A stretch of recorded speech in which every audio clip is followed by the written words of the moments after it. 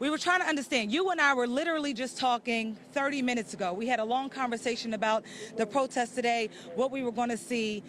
Did you expect this to happen right after we wrapped up speaking earlier? No, you never expect anything. I'm not understanding the question. What are you? We You don't talked expect about this. coming out earlier, Right. mentoring people. You and I had a sidebar conversation about it, about sometimes it takes action. Then we saw people shut down the highway, and we saw you stepping in. We talked about that very thing just 30 minutes ago. Because it's a way to do it. You had a 16-year-old young man that is protesting. I'm 31. In 10 years, I'm going to be right back here at the age of 41, and that young man is going to be 26, doing the same exact thing. So we march, we protest, we do it peacefully. So it's a generational thing. It ain't gonna break. Us doing this is not. What is it doing? Been doing this for hundreds of years. Hundreds. Stop killing us! We just literally talked about this, and you showed that frustration. You talked about your son, you talked about your age, and you talked about how we're going to keep doing this over and over again. And when you walked up on that highway and you saw that 16-year-old, the first thing you did was you grabbed him and told him he had a choice. What is that choice? Right now, he's 16. It's not his fight. It's my fight. It's that black woman's right there fighting this generation. It's the young people out here right now that's in my generation. It's not his fault. We done went through school. We got kids. We got families. It's our fight. He needs to go and worry about his education, but they're angry. They're mad. I wish I had the courage at 16 to come out here. But I have the courage to let him know I'm 31, I'm gonna fight for you. And then when you in 10 years, when you come, you fight for the next one. We joined hands and we prayed when we wrapped up speaking. And I see just a couple minutes later, you're praying with somebody else. Tell me what were you praying for? Man, that dude, you can look at him and tell him that he got a journey. He got a story. We forget about people like him. Them officers don't care about him. They don't care about him. So I'm praying over his life because I know that some of us is lost and some of us will never be found. I'm okay with that. But if I can pray with him and I can pray over us, that's what I'll do. Because whether y'all want to believe it or not, them officers see this. And when they go home at the end of the day, they got to think about this. And whether they think about it and say, oh, it's just another black people protesting, or whether they go home and say, you know what, that black man really said something that touched my heart. But they have a choice. Just like they give us a choice to come out here and protest, or we get a choice to come out here and do whatever, and they have a choice to come and arrest us or shoot us or whatever the case may be. They have a choice to go home and listen to what we're saying.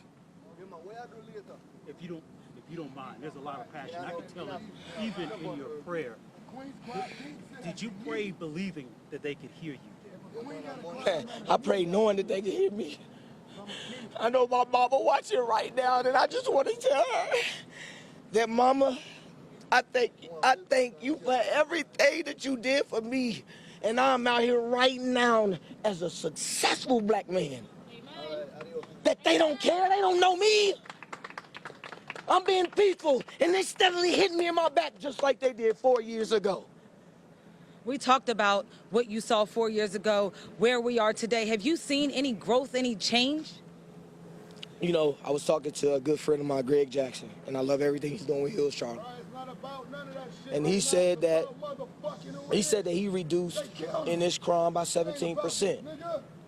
Well, when you, excuse me, hey, let me speak respectfully, okay? Thank you. I'm gonna get back to you.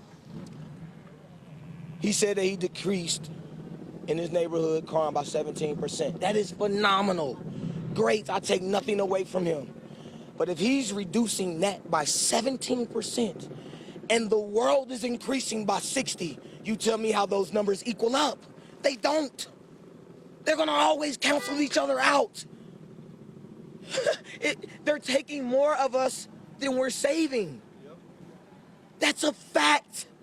They're literally taking more of us than we are saving.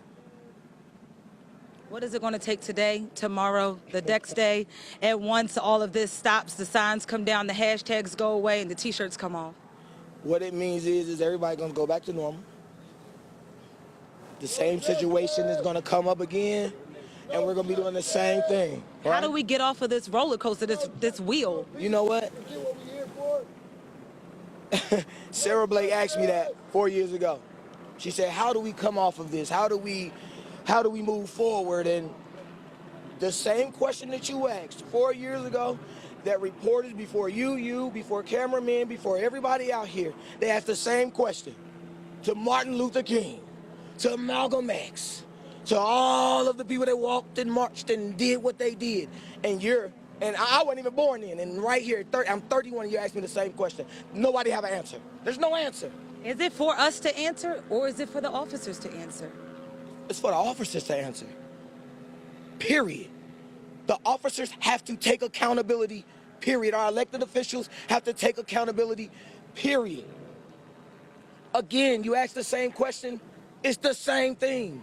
It's a repetitive thing. That's all it is. We talked about 4 years ago transparency in the police department. That was one of the major things that people were calling for. We saw that they were tweeting yesterday that there were no chemical agents used. We know that there was tear gas used. I myself was tear gassed maybe 5 or 6 times. When you hear those contradictions of what we know was happening on Beatty's Ford Road versus what the information is that they're putting out, how do you feel about that, and how does that shape what's happening today? I'm the type of person where you have to understand. Stop going into the mind thinking that the media is, and there's nothing against you guys, that the media is going to report this or anybody's going to report anything accurate. That's not how the world works. The world wouldn't function without any inaccuracy, dog. That's just how the world is. Everybody sees social media live feeds. Everybody sees the tear gas. Everybody sees it. It doesn't matter what they say. Look, identify with your eye, and then you move how you feel that you need to move in order to impact the problem that we have. Simple. It's getting late. The sun is going down. Where are we going from here? You've done this many times before. Why tonight? What's tonight? What changes and what's different about moving here on these streets in Charlotte now? Nothing changes. I just told you I marched 4 years ago. Nothing changes. The only thing that changes is keeping that 16-year-old man from going to jail. So, but there has to be a purpose behind what you're doing. Of course, purpose? the purpose is to make people understand that black people is here, we're not going anywhere. Minorities is here, we're not going anywhere.